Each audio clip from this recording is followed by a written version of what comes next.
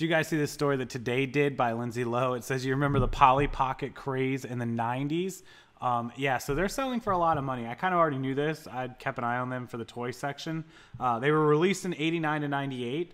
The British company Bluebird Toys still owned the brand, and Bluebird created more than 350 Polly Pocket sets. You know, the cottages, the amusement parks, the castles, all that little stuff. The Magical Mansion set, which we can personally confirm was the coolest one. It had a spinning dance floor and the roof lit up, which is pretty crazy. Recently sold on eBay for 90 bucks used. Mattel obviously bought Bluebird Toys in 98 and overhauled the dolls. It increased their size and gave them removable clothing. They don't really resemble the original ones, and the original ones are selling for big money for that reason. If you can get the ones in the original packaging, well, you're scored. The Fairy Light Wonder set's 455 bucks. The compact play set in the original box, 305. Probably not common you're going to find them in the boxes, but if you happen to have them and you want to sell them, there's definitely some money in it. I just pulled up a random Polly Pocket search here.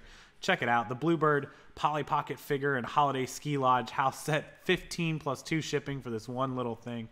I mean, these original Polly Pockets, you guys know what they are. You girls definitely know what they are.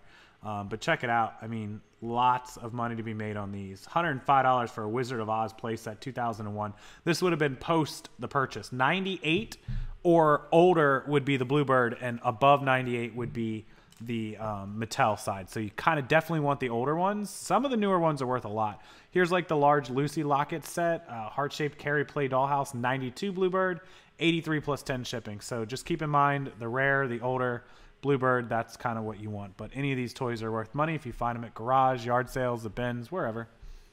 Pretty cool thing to keep an eye out for. And that's my little short for you guys today. My little be on the lookout for Polly Pockets selling for big money.